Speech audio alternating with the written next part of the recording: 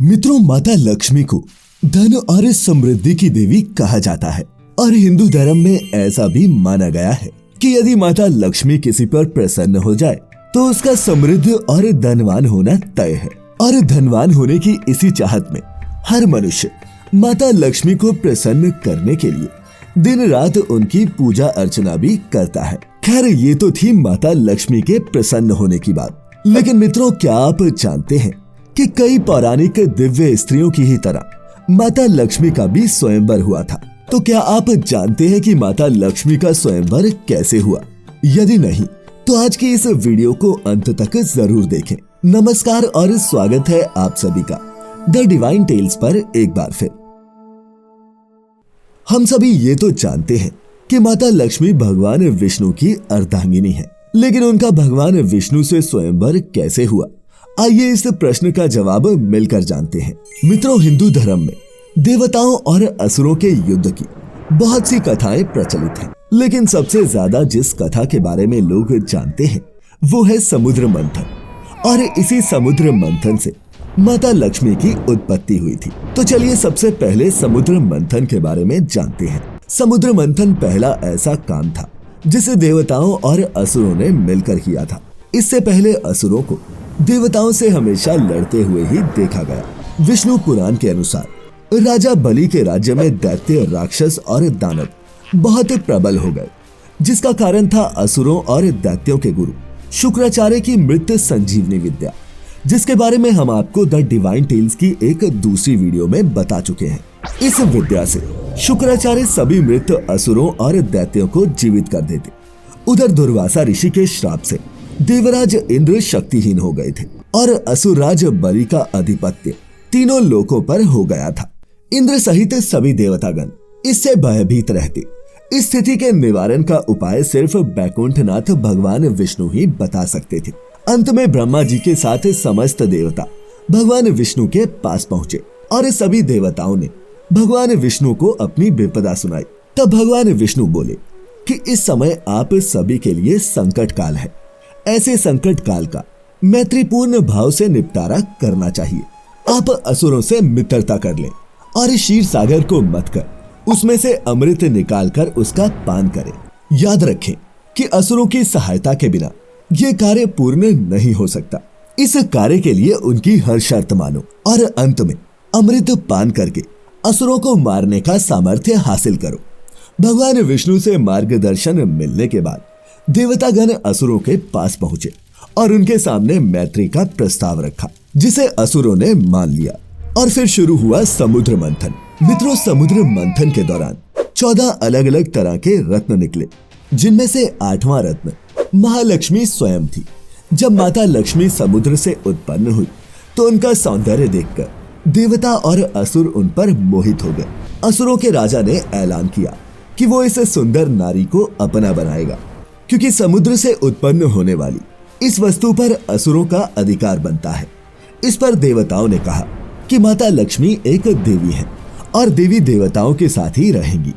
ये सुनकर असुरों ने कहा कि अगर देवताओं ने उनकी बात नहीं सुनी तो वो देवताओं के साथ किए गए समझौते को तोड़ देंगे, जिसका अर्थ असुरों और देवताओं का युद्ध होगा। ये सुनकर देवराज इंद्र ने कहा कि देवतागण असुरों से युद्ध नहीं करना चाहते, लेकिन अगर असुर यही चाहते हैं तो वो भी युद्ध के लिए तैयार है। देवराज इंद्र की इस बात के बाद असुर और देवता एक बार फिर आमने सामने खड़े हो गए। फिर सभी देवतागण ब्रह्मा जी के वहां पहुंचे और उन्होंने युद्ध को रोका। तब ब्रह्मा जी ने कहा कि समुद्र से उत्पन्न हुई ये स्त्री उनकी बहन है और ये उनका अधिकार है कि वो अपना वर खुद चुने। ब्रह्मा जी ने कहा कि आज मैं ये ऐलान करता हूँ कि आज से हर स्त्री को अपने वर चुनने का अधिकार होगा और इसकी शुरुआत महालक्ष्मी के स्वयंवर से होगी। सागर पुत्री जिसे चाहे उसे अपना वर चुन सकती है और उनके चुनाव को कोई भी चुनौती नहीं देगा। भगवान ब्रह्मा के ऐसा कहने पर माता लक्ष्मी के स्वयंवर का आयोजन किया गया, जिसमें असुरों और देवताओं सभी ने भाग लिया। लेकिन माता लक्ष्मी तो पहले से ही भगवान विष्णु को अपना पति मान चुकी थी। ऐसे में वो सिर्फ उन्हीं से विवाह करना चाहती थी। स्वयंवर में भगवान विष्णु उपस्थित नहीं थे, जिस वजह से माता लक्ष्मी बेचैन हो रही थी। तभी असुरों के राजा ने माता लक्ष्मी से कहा कि ये माला मेरे गले में डाल दो और हमेशा के लिए मेरी हो जाओ।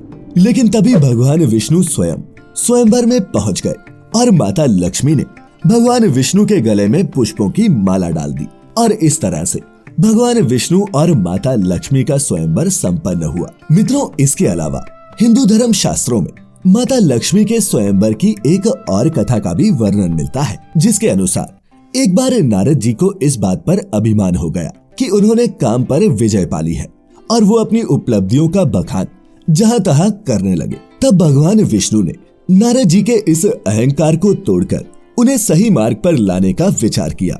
इसका अवसर भगवान विष्णु को जल्द मिल भी गया जब माता लक्ष्मी के स्वयंवर का आयोजन किया गया। लक्ष्मी जी मन ही मन विष्णु जी को पति के रूप में स्वीकार कर चुकी थी। इधर नारद जी ने जब एक झलक लक्ष्मी जी को देखा तो वो भी अपना संकल्प भूल गए और उनकी सुंदरता पर मोहित हो गए।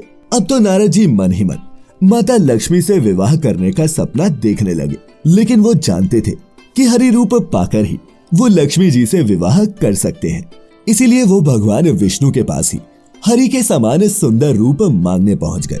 भगवान विष्णु ने नारद जी की इच्छा के अनुसार उन्हें हरि रूप दे दिया।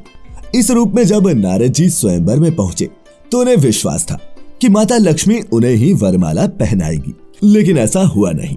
माता लक्ष्मी ने नारद को छोड़कर भगवान विष्णु के गले में ही वरमाला डाल दी और नारद जी को तो विश्वास ही नहीं हुआ कि उनके इस अद्भुत रूप को लक्ष्मी जी ने अनदेखा कैसे कर दिया।